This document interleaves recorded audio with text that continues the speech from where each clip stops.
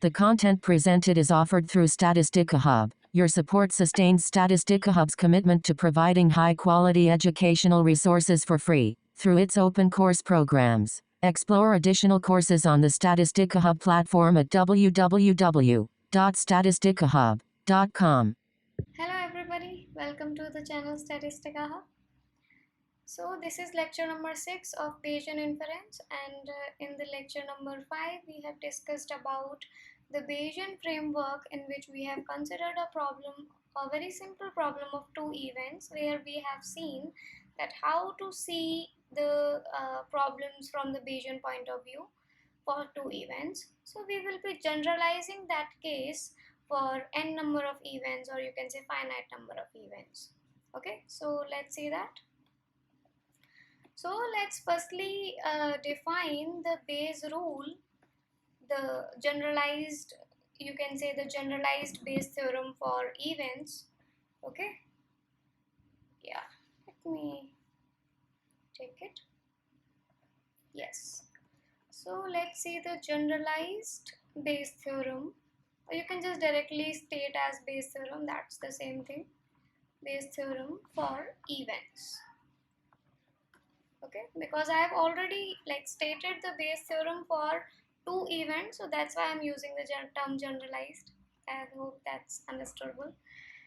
Okay, so yes, in the generalized case we are saying that if we are having a1, a2 going on till an, this bn finite sequence of disjoint events with probability corresponding to each event is greater than 0, and they are mutually exhaustive. That means the union corresponding to them, the union of all these events would form a sample space. Okay, then we are saying that for any other event B, which is actually a subset of this union of these n finite sequence of disjoint events, such that the probability of B is greater than 0, then what will be the probability of some certain event AI, given that B has already happened? So firstly, look into this problem. You are having some AI disjoint events.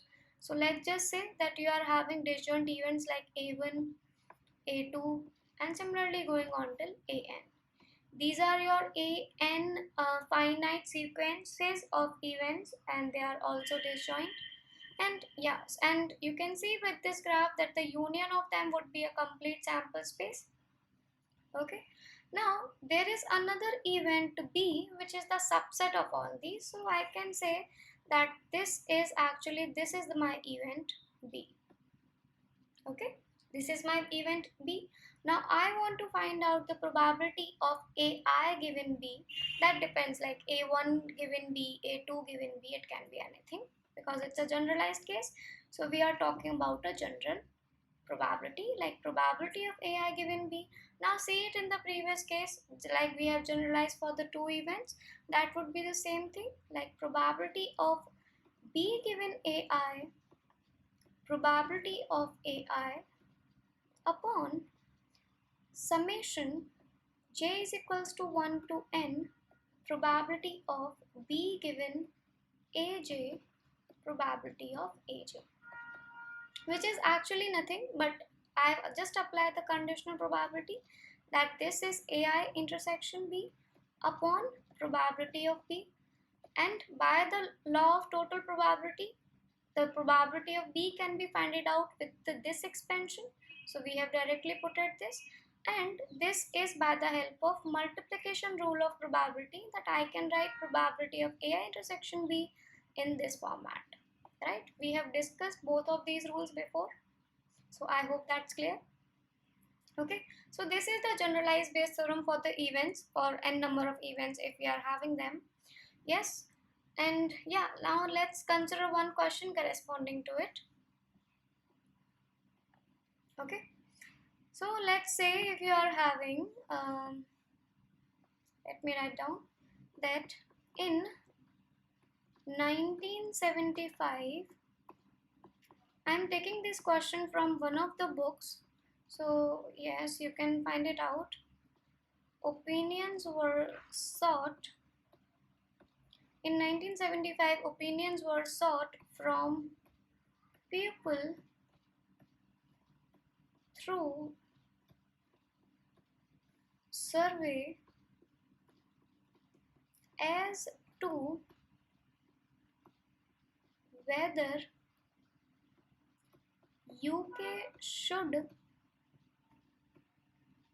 remain part of European Economic Community. Okay, so 55% of labor supporters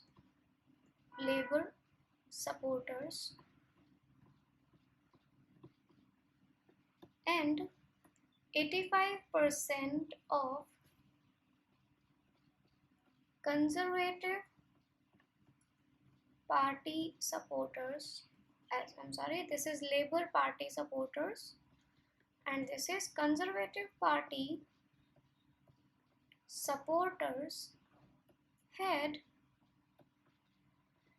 intended to vote yes, and remainder of population intended to vote no. Okay, now shortly before Labour Party had won an election with 52% support and Conservative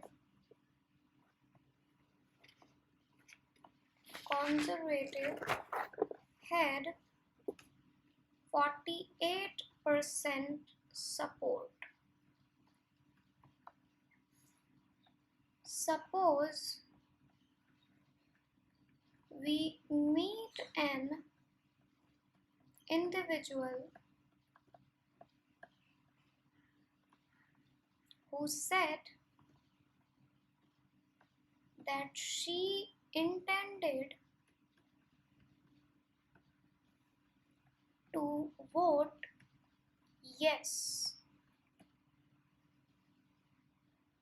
Okay, how will you determine which political party she supported? Okay, that's actually a very long question to write. Yes, but that's the question. That now let's see what is the given information. We have that in 1975 opinions were made that whether UK should remain part of the European Economic Community, and 55% of Labour Party supporters vote for the yes, and 85% of the Conservative Party supporters vote for the yes, and the remainder of the population said no.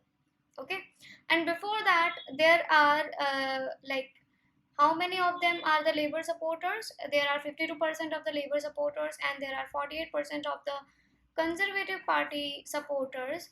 So they are asking, if you meet an individual who say that she intended to vote yes, now I want to find out for which party she is actually supporting, whether she is supporting a Labour Party or whether she is supporting a conservative party. That's what I need to find out. Okay. So yeah, this is actually a Bayesian problem. You can apply the Bayes theorem here. Okay, so first thing in the Bayesian framework, in the Bayesian problem is to make the events. Okay, whatever be the given information is, try to make the events from this. So let's say L is the Labour Party supporters here.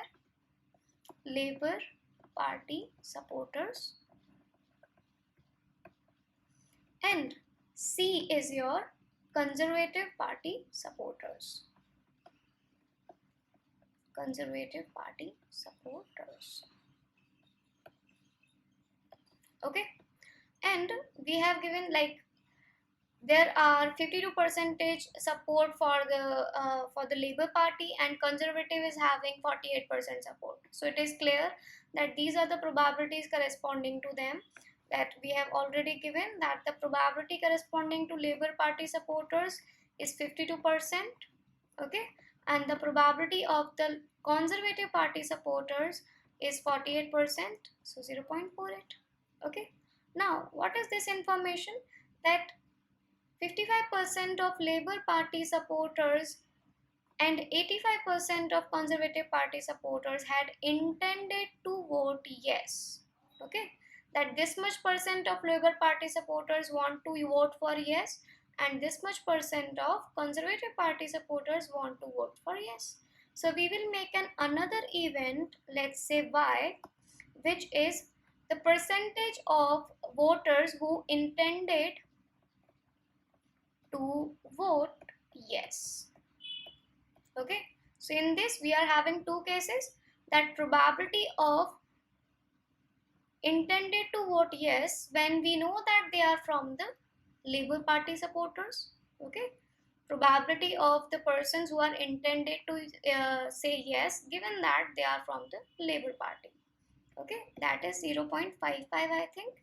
And similarly, the persons who are voting yes for the Conservative Party supporters are 85%, so 0.85. Okay, we have gained all this information from the question only. Now we have asked that if we meet an individual and she is intended to vote yes. Now this is the given information.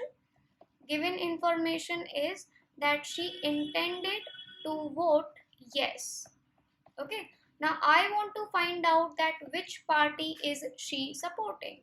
Okay, so let's say given information is Y, so let's find out what is the probability of her supporting the Labour Party. Okay, let's find out the probability for it. Okay, that the probability for her intended to say yes, and what is the probability that she will be supporting a Labour Party. Okay, and that would be, just apply the Bayesian rule, that would be probability of Y given L, probability of L upon probability corresponding to Y. Okay, and what is this? This is your marginal of Y, that you can find out with the help of same thing, probability of Y given L, probability of L plus probability of Y given C, probability of C. Okay, and you have your probability of Y given L here 0.55. You have your probability of L, which is 0.52, and similarly you will put the values in these two, like this one, and Y given C into probability of C. These values are also given, and you will add them. Then you will calculate that probability of L given Y. Okay, that will be the probability of her being supportive to the Labour Party. Okay, this probability would be would be roughly, because it's a book question, so I have already have the answer. It is approximately 0.412. Okay, it is 0.412. Now as you can see that the probability of her being supportive to the Labour Party is actually very less. Not very less, but it is 0.4, but it is less in comparison to the Conservative Party supporters. Okay, so you can say that this is less probable that she came from Labour Party supporters, Labour Party supporters, then conservative, okay, because it is more probable in this case that she would have came from the, she would intended to vote for the Conservative Party supporters, okay. That is a final conclusion that we can make from here, okay. Yeah, this is the very basic problem, so yeah, that you can do with the Bayesian. And if you have studied the lecture number 5, then it will be very easy for you to see, because I have discussed these problems, this kind of problem in lecture number 5 in very detail, okay. And yeah, this is also an easy problem. Now let's discuss the very famous problem in the Bayesian of the Bayes theorem, which is actually the Monty Hall problem. Okay, that's my favorite here. Okay, in this problem, what is happening? Monty is actually the name of a person who is playing a game with some people. Okay, now suppose you are at that game show and you have 3 choices of doors. Okay, you have 3 choices of door. Behind one door there is a car, and behind other 2 doors there is a god. Okay, there is a car behind one door, and behind other 2 doors there are gods. Okay, now for not getting confused, I have very bad drawing for yes. So car, god, god. Now they can be in any pattern, like this is, I'm not saying this is door 1, this is door 2, this is door 3. They can be in any pattern, but the question is that behind door 1 there is a car, and behind other 2 doors there is a god. Okay, now let's say you pick door number 1 from these 2 doors, door 1, 2, 3. Now you do not know that from behind which door there is a car. Okay, so let's say you pick door number 1. Okay, and there is a host of this show, this is Monty, and the host of the show, who knows actually what's behind the doors, the host opens another door, let's say number 3, which has a god. Now get a very clear point here. This is a game show.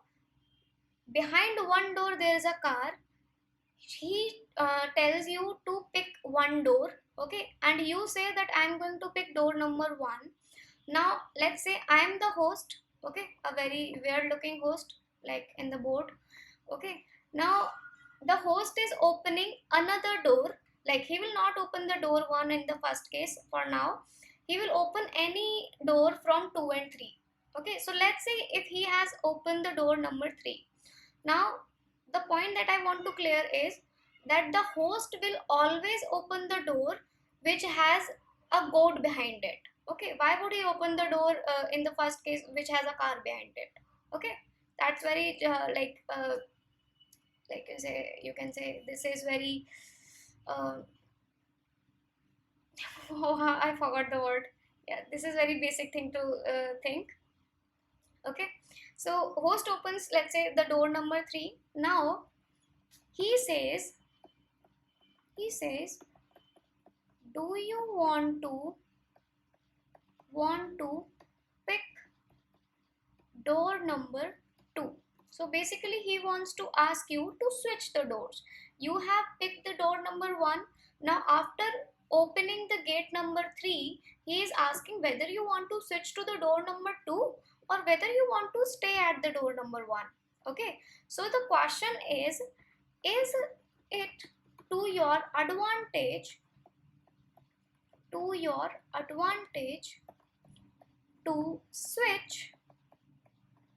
switch your choice? The question is, if you switch the doors, is it to your advantage or is it going to be a disadvantage to you? Okay, So if now you can solve this problem without using the Bayesian Bayes theorem also, but yeah, let's see it in a very general way format. Firstly, you are having three doors: door 1, door 2, door 3.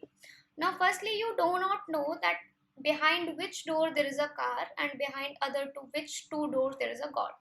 So I will make the possibilities corresponding to them, that there is one car and the other two are having goats. So let's say the first one is having goat, second is having goat, and the third is having a car.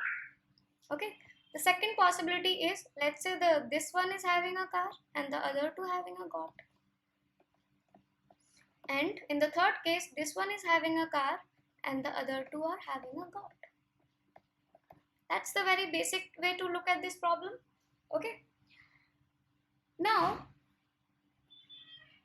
yes, if you stays at door number 1, okay, yeah, these are the three possibilities. Okay, now you have picked the door number 1, the host has opened the gate number 3. So these are the three possibilities. Now let's work on these three possibilities one by one. If this is the first possibility, like behind door 1 there is a god, behind door 2 there is a god, and behind door 3 there is a car, and you stay at your choice that I am going to pick door number 1, then what you will win? You will win a god. Okay, you will win a god in that case. Similarly, in this second scenario, if you stays at door number 1, you are not switching the doors, in this case you will again win a god. Okay, and in this case number 3, when you are staying at door number 1, you will win a car. Okay, now focus on this thing when you are switching the doors. Okay, when you are switching the doors, now what will happen? Focus on this thing. Let's say in this very first scenario, you have picked the door number 1 which has a goat behind it. I am talking about the possibility. So in this case we know that what are the possible cases. So in this one you have the goat behind it. Now the host will always open that gate which has a goat behind it. So basically the host will open a gate number 2 in that case. Then he will ask whether you want to switch the doors or not. Now in that case, if you switch the door, then you will choose the gate number 3. That means if you switch the doors, you will win a car. Right? Similarly, in the second case, you pick the door number 3, door number 1. Okay, you pick the door number 1. Now again, the host will open the one which has the goat behind it. So now in the second run, the host will open the gate number 3. Okay, then he will ask you whether you want to switch the doors or not. Okay, so you will switch the doors with the gate number 2 in that case. Okay, so if you switch the doors to the gate number 2, then only you will win the car. Otherwise, you will win the goat in the second case. Okay, in the third case, you pick the door number 1. Okay, and the host can open any of the two doors because there are like both of them are having goat behind it. Okay, let's say he opens the gate number 3. Then he asks you whether you want to switch or not. Then if you switch, and in this case, then you are getting a goat. Okay, so if you look at very clearly that what is the probability of winning when you are staying at door number 1. When you are staying at your choice at door number 1, you are having the probability of winning the car as 1 by 3, right? You are winning the car one time, and there are possible total 3 cases. And when you are switching the gates, in that case your probability of winning the car is 2 by 3. Okay, that is, here you are having 1 by 3 and here you are having 2 by 3, which is actually greater than the probability of 1 by 3. Okay, so from this problem we can see, now it is a little bit surprising problem to us, because when we are switching the doors, at that time the probability of winning a car is actually greater. We have formed all these cases, we have seen all these generalized cases. Okay, so yes, that's the Monty Hall problem, that generally what people think, that if I am having 3 doors and if he has already opened door number 1, okay, then I am only having 2 doors, then the probability of that one door will be having a car and the other door would be having a goat. Then in this case, most of the people think that the probability of winning a car is 1 by 2, because I am having 2 doors where one is having a goat and the one is having a car. Okay, but it is not 1 by 2. The probability of winning a car in this case is not 1 by 2. Firstly, that's the most basic confusion that got here, because it depends on the scenario whether you would switch the doors or not. At that time you would the probability of winning the car is 2 by 3, and if you stay at your door that you have picked, then at that time your probability of winning the car is 1 by 3. Okay, now let's solve this problem with the help of Bayes theorem. Okay, so in these 3 cases, there is one point which is important, that the Monty would always open the gate which has a goat behind it. That's the main point of this problem. Okay, he will not open the gate which has a car behind it. Why would he open it? He don't want you to win basically. Okay. Now see this problem in the Bayesian framework. So here, let's say we will define the events H, which is door 1 has a car. Door 1 has a car. And H bar be my event that we are taking the other 2 doors, door 2 and 3, which has goat. Or you can say which do not have a car, which has a goat behind it. Okay, and my other evidence, what is the evidence? That the Monty, here we are considering in this problem that Monty opens the door number 3 which has a goat. Okay, he opens the door, Monty opens gate number 3 which has goat behind it. Okay, now we want to find out what is the probability that door 1 has a car behind it, given that Monty opens a door of gate number 3 which has a goat behind it. Okay, given that what has happened in front of our eyes, the evidence, and what is the probability of winning in consideration of that evidence. Okay, that will be, I will just apply the Bayes rule, that is probability of E given H, probability of H upon probability of E, that I will definitely open right now by the total of probability. Okay, probability of E given H bar, probability of H bar. Okay, now let's see, in the first scenarios, like you are having a car behind one door and the others are having a goat. So what is the probability of H? Door 1 has a car. Only one door is having a car out of 3. So the probability of H is going to be 1 by 3. And the probability of H bar, that the doors which are having a goat. There are 2 doors which are having a goat. So the probability of H bar is 2 by 3. Okay. Now, in the light of evidence, what is happening? So the probability of E given H, probability of that the Monty opens gate number 3 which has a goat behind it, given that door 1 has a car. Okay, now as you can see, these 2 events that we have considered E and H, these are 2 independent events.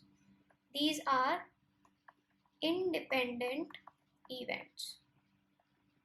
Okay, so the probability of E given H would be 1, because the reason for that is because Monty will always open the gate which has a door behind it. So this is actually a certain event.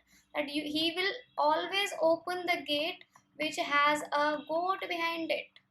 Okay, similarly in this case, as he will always open the gate which has a goat behind it, probability of E given H bar would also be 1. Okay, because these are two independent events, they are not depending on each other. Okay, so applying this into the Bayes rule here, if you put them here, what you will having? You will be having 1 into 1 by 3 upon 1 into 1 by 3 plus 1 into 2 by 3, and that will be 1 by 3 upon 3 by 3, and that is 1 by 3. So I will just directly write 1 by 3. Okay, 1 by 3, which is 33.3%. Okay, so the probability that the door 1 has a car, given that Monty opens gate number 3 which has a goat behind it, is 1 by 3, not 1 by 2. Okay, because as we have seen in this case also, because it actually affects that, which it does not matter in that case, in this case, that whether he has cancelled this, he has already opened that gate or not. You will be considering this evidence that he has opened the gate number 3 which has a god behind it. That's the main point of using the evidence in the Bayesian point of view. Okay, now in this case, when Monty has revealed the gate number 3, at that time also we had the probability. Okay, we had the probability of 1 by 3 opening. Okay, let's say if I don't know that which one has a car, I will just choose that one of the gate would be having a car behind it. So at that time also my probability of winning a car is 1 by 3. And also after he opens a gate, and in the light of that evidence, my probability of winning a car is again 1 by 3. Okay, it is not 1 by 2. Okay, so as the car can only be behind door 1 or behind door 2, because door 3 it has already opened, there is a code behind it. So our complementary event, that behind door 1 does not have a car, okay, like behind door 2, complementary event that behind door 2 there is a car, would be 2 by 3. Behind door 2 there is a car, that would be 2 by 3. And that is the same case that we discussed here, switching and staying at door number 1. So if you stay at door number 1, you will be having 1 by 3. If you switch to the door number 2 or any other door, then you will be getting a probability of 2 by 3 opening. Okay, so you can like use both of these cases, like we have solved them with the help of generalized case and with the help of Bayes theorem. That's a very famous problem, the Monty problem. Okay, so yeah, this is all about the Bayesian Bayes theorem for the events. Now let's see the Bayes theorem for future events. Okay, Bayes theorem for future events. So here we are saying that let C be an event which occurs after event B, and which itself follows one and only one of the events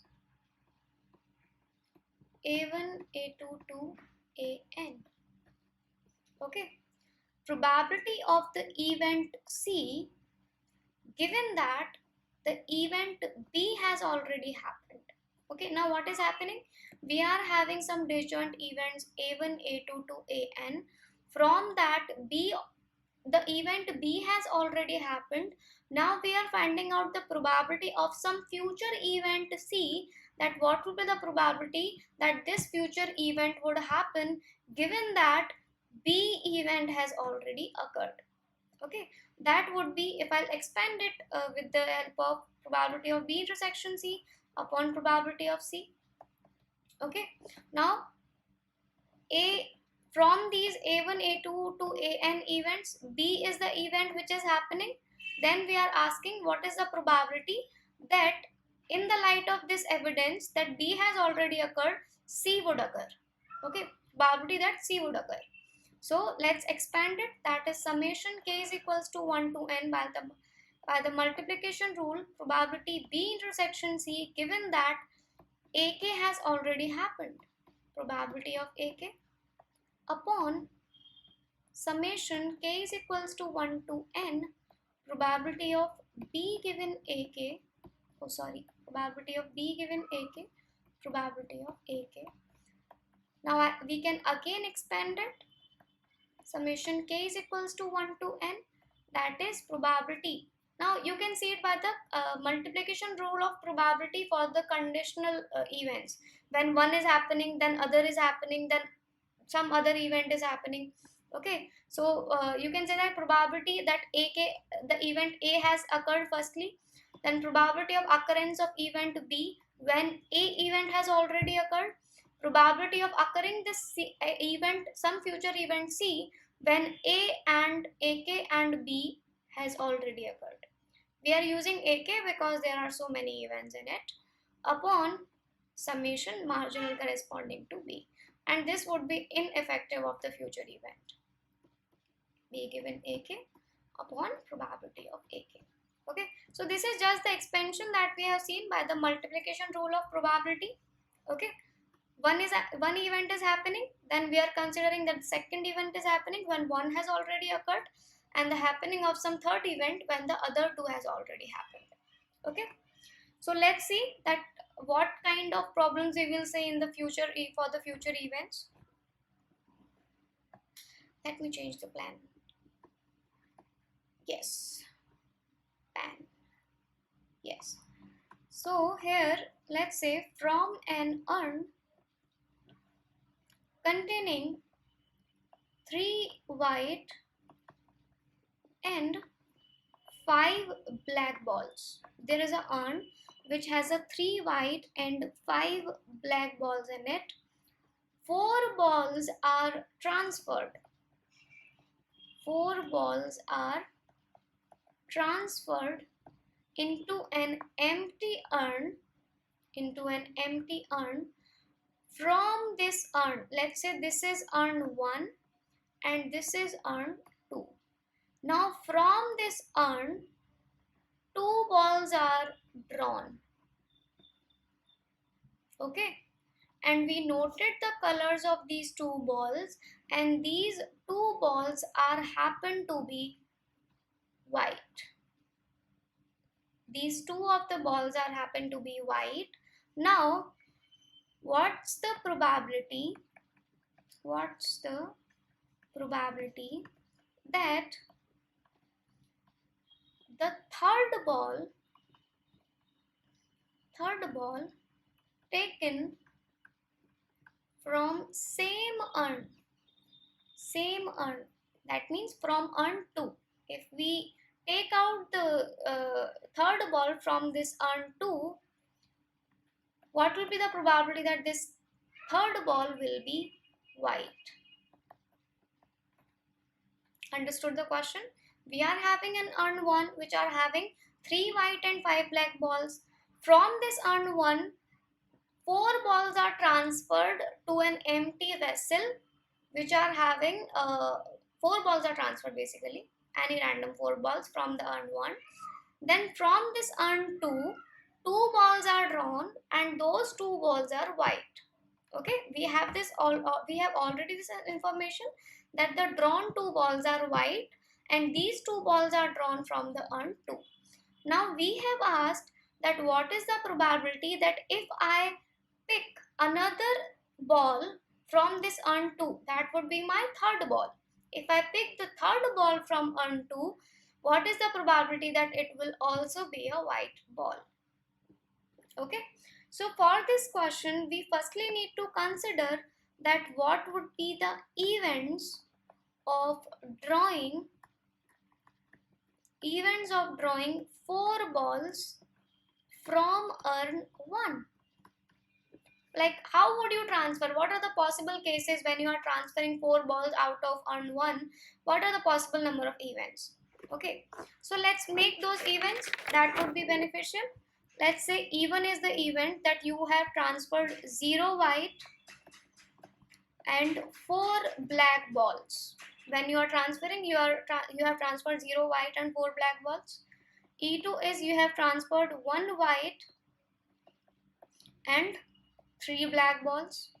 Similarly, E3 is the event that you have transferred 2 white and 2 black balls, and E4 is the event that you have transferred 3 white and 1 black ball. Okay, you cannot transfer 4 white and 0 black balls because there are only maximum number of 3 white balls. Okay, so you can only have 3 white balls in an urn. Okay, so what is the probability? What will be the probability corresponding to them?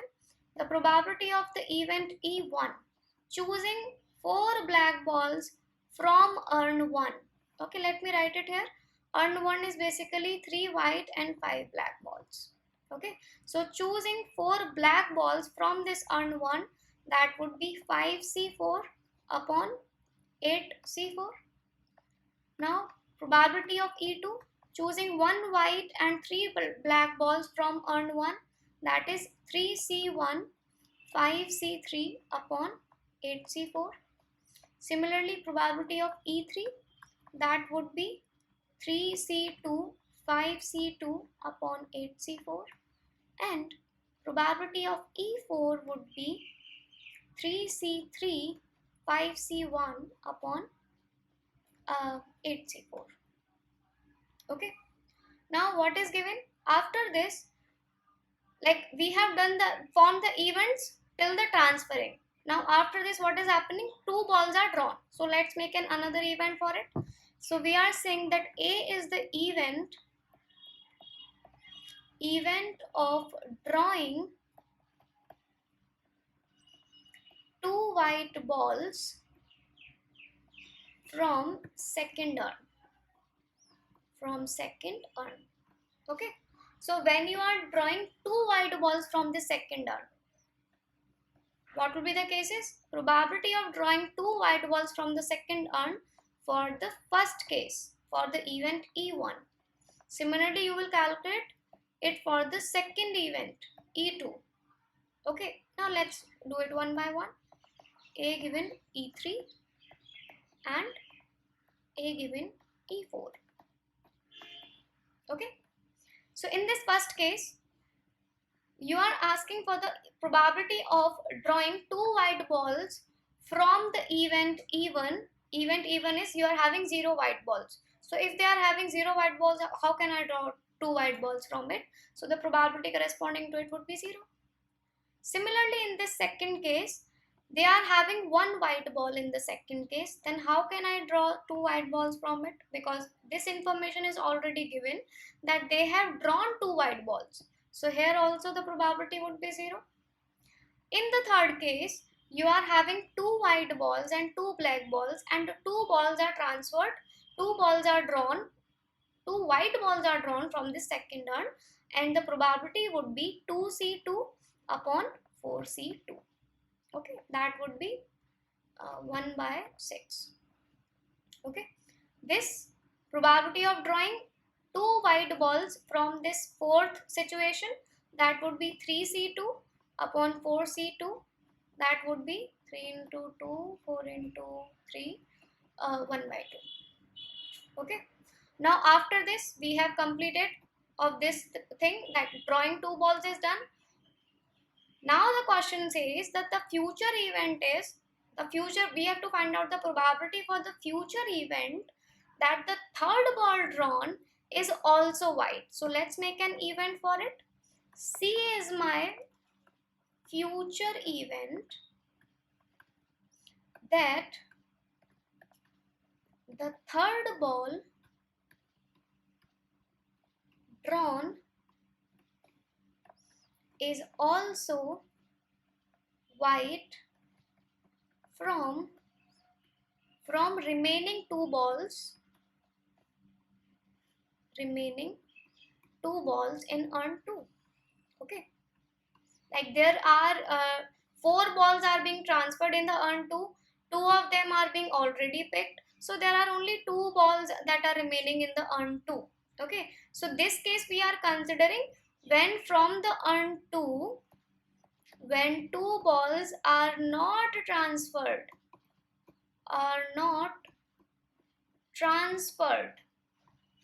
to urn 2. We are calculating the probability for that case. Okay, we are saying that after the 2 balls have been picked from the urn 2, there are only 2 balls remaining in the urn 2, and what is the probability that the third ball would also be white. So we need to find out probability of C given A intersection E1. Now, as you can see, for this case, it is only having 0 white balls, so that would be 0. In this case, there are only 1 white ball, so there is no possibility that it would be having 3 white balls. Okay, and in this case, the probability would also be 0 because it is only having 2 white balls that has already been drawn. So there will be only 2 white balls that will be remaining in the urn 2, and you cannot draw a white ball from the black balls. So the probability of these starting 3 cases would be 0. C given A intersection E2 would be 0. Similarly, probability of C given A intersection E3 would be 0. And why is that? See it again. You are having 0 white balls in the urn 1. Okay, and first case is draw 2 white balls from it. So you cannot draw 2 white balls from it. In the second case, you are having one white ball, and you need to draw event A. You need to draw 2 white balls. Okay, and you cannot because there is only one. And in the third case, you are having 2 white balls. That is true. 2 white balls has already been drawn, so the only left balls are 2 black balls. And from those 2 black balls, you cannot draw a white ball, so the probability for the third event would also be 0. Now look for the case number 4. When you are having 3 white and 1 black ball, in this case 3 white and 1 black ball, 2 white balls are already drawn, then what is the possibility that the third ball would be a white ball? So after drawing 2 white balls, how many balls are remaining? 1 white and 1 black, right? So the probability of drawing a white ball from here is 1 by 2, right? 1 by 2. Now you can calculate the probability for the future event C given A, that is equals summation I is equals to 1 to 4 probability of EI, probability of A given EI, probability of C given A intersection EI upon summation I is equals to 1 to 4 probability of EI, probability of A given EI. Okay. Now this one, as you know, for the starting 3 cases, if you put I is equals to 1, 2, 3, like when you will open this summation, the starting these cases would be 0. So I will just directly put the fourth case, that probability of E4, okay, probability of E4, probability of A given E4, probability of C given A intersection E4, because for probability of C given A intersection E1, for E2 and for E3, these would be 0. So yes, okay. And this denominator would be the summation of all these things, like probability of EI, probability of A given EI. Now in this A given E1 and A given E2 was are 0, so we will be considering these 2 cases, probability of E3, probability of A given E3 plus probability of E4, probability of A given E4. Okay, let's put the values corresponding to them. Probability of E4, you have this. You can say this is 3C3 is 1, 5C1 is 5. So 5 and this is what? 8, 7, 6, 5.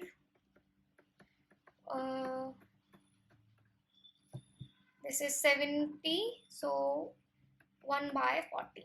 Okay, probability of E4 is 1 by 14, so 1 by 14, and probability of A given E4, which is 1 by 2, 1 by 2, probability of C given A intersection E4, 1 by 2, upon, now again see, probability of E3, probability of E3 is here, that is 3C2, 5C2, okay, this will be 70, and this will again 3 into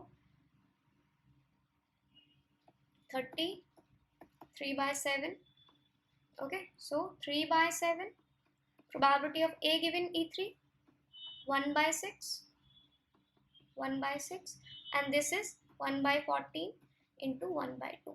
You will calculate this and you will get the probability corresponding to the future event that the third ball will be a white ball. Now, I have already told you that this is the probability we are finding when the two balls are not transferred from the are not being transferred from 2 on 2. Now, what will happen in the case when you are doing it with replacement? When you actually transfer, or you can say return the two balls to earn 2. Okay, if you transfer the balls in the earn 2, then see this event, that probability of C given A intersection I is events. So in this case, C and A become the independent events. C would be independent of A. Okay, you can write C is independent of A, because the balls are being replaced, so it does not matter like that in the first two draws whether you are getting 2 white balls or 2 black balls, because whatever you are drawing you are again having those 4 balls. So C would be independent of A. Then you will be saying probability of C given E1, probability of C given E2, probability of C given E3, probability of C given E4. Okay, now in this case, let's see for the probability of C given E1. Now because in the first case there are 0 white balls, so the probability would be 0. In the second case, how many balls we are having? We are having 1 white ball. So we are having 1 white ball. Now what is the probability? One white ball is transferred. Okay, what is the probability of drawing 1 white ball from it? Drawing third white ball from it, that would also be 0. Here you will be having 2 by 4 because there are 2 balls, and here you will be having 3 by 4. Okay, now you can calculate it. You can just simply open it in the same way. Probability of C given A, summation probability of EI, probability of A given EI, probability of C given EI, upon summation probability of EI, probability of A given EI. Again you will put all these values, probability of EI, probability of A given EI, that would remain same. You just need to put down these values because these are the only values that would change, because C is independent of A, and then you can just directly substitute them. Okay, yes, I think that's clear. Okay, then you can just directly substitute them, and let me know if there is any doubt. Let me know in the comment section below. Okay, so this is all about the future events, that when we are calculating the probabilities corresponding to the future events. Okay, now in the next section we will be seeing firstly that what is the difference between the probability and likelihood. We usually hear these two terms, like what is probability and likelihood, and they sound like same thing, and we say that probability is just the likelihood, they are the same thing, but they are not. They are completely different terms. Their meaning is different, their interpretation is different. We will be seeing them, and then we will be seeing that what, like the Bayes rule for the random variables. Okay, the Bayes rule for the random variables, And for defining the Bayes rule for the random variables, we should know the difference between the probability and the likelihood. Okay, so I think that's enough for this today's lecture, and then let's meet in another lecture with some fresh content. Okay then, bye.